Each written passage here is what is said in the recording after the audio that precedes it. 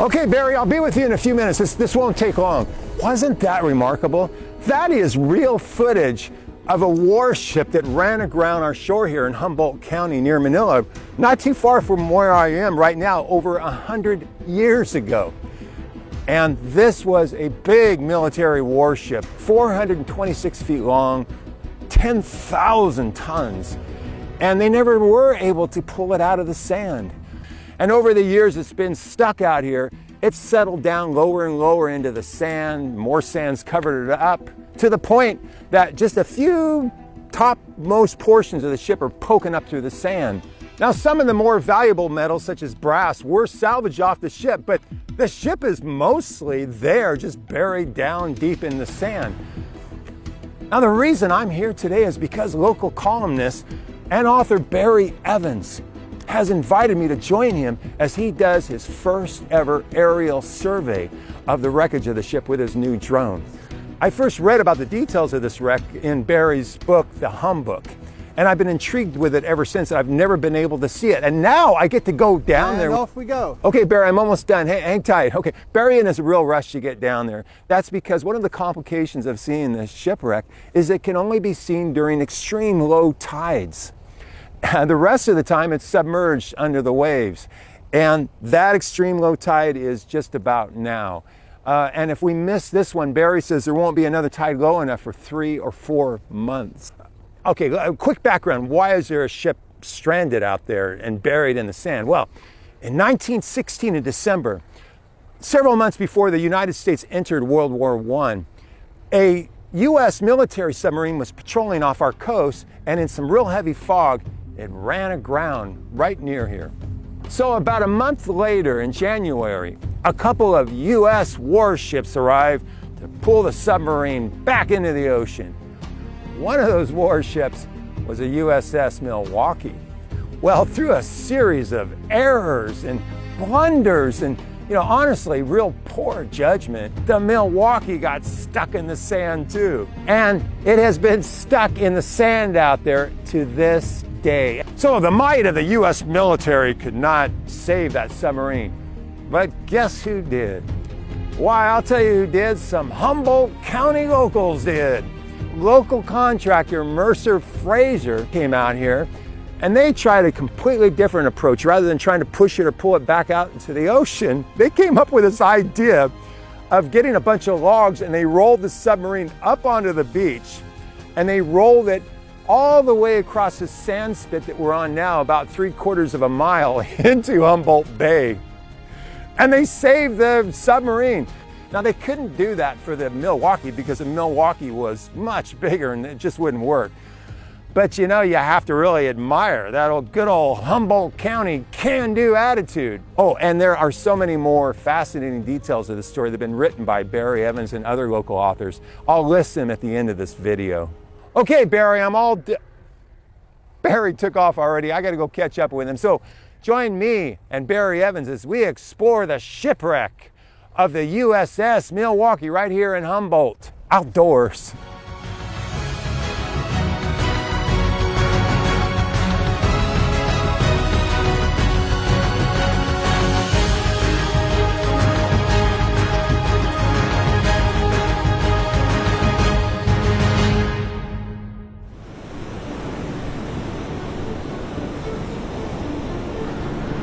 Oh, wow!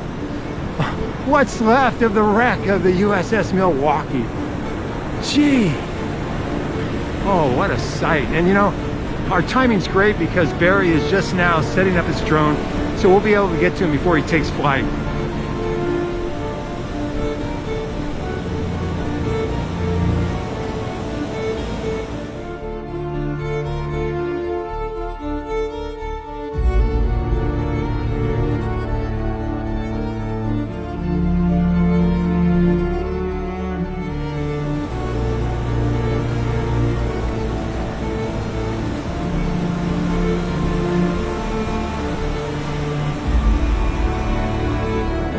She seemed to be a bit lower. I think every year she gets a bit lower in the sand.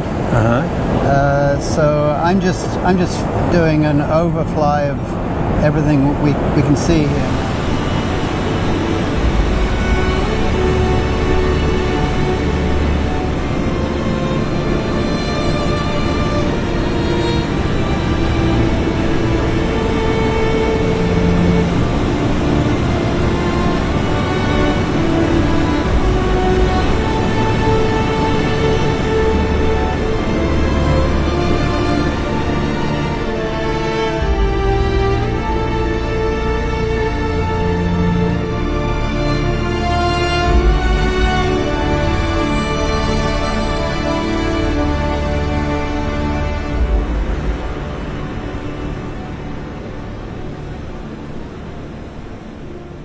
I really have to imagine there is a ship under the sand here. So all we're seeing is the very tip of the superstructure. Wow. Right now. Wow. There is a whole ship. Well, this has been a great experience. Thanks for bringing me along on this adventure, Barry. Well, yeah. I mean, that's why, I mean, if we're going to be, you know, in Humboldt outdoors, then Humboldt. Humboldt Outdoors. I love that name.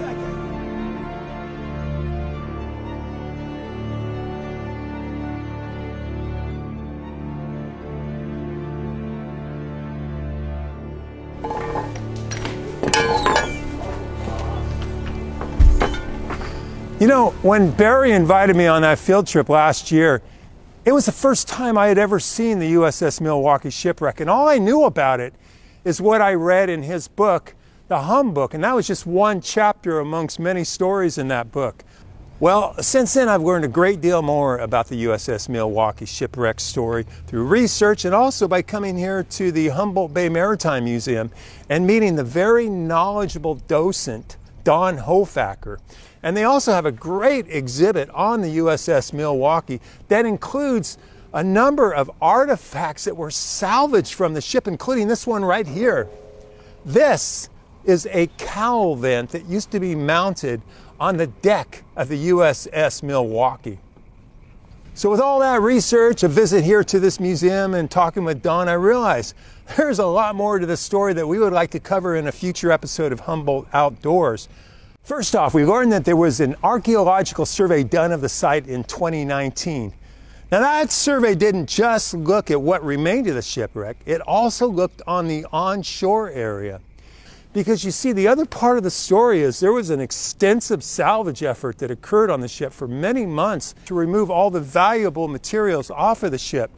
And during that salvage effort, an entire camp was established called Camp Milwaukee. And one of the archaeologists from that study has offered to meet us there and give us a tour and tell us what they discovered during their archaeological survey. Also, I want to get out there and get some better footage of the wreck itself during low tide. Barry explained to me that low tides can vary a lot based on climatic conditions. Offshore currents, winds, even barometric pressure can affect how low the tide gets. And he said, unfortunately, that day that he went out there and did the drone footage, well, the conditions were not real favorable, and so the tide was not as low as it was predicted to be. Also, a local historian has offered to tell us more details about the USS Milwaukee shipwreck incident.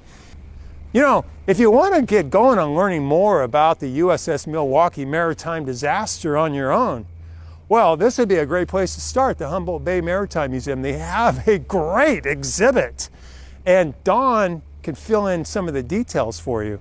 There's also several great books and articles written that are available at the Humboldt County Library and or local bookstores. I'll list them at the credits at the end of this episode. Or during the next low tide, just head out to the USS Milwaukee site in Samoa and go out there and see what's left of the ship for yourself. I gotta say, when I first saw it with Barry, I was pretty awestruck. So I invite you to join us in the next episode as we explore and learn more about the USS Milwaukee shipwreck that occurred over 100 years ago right here in Humboldt. Outdoors.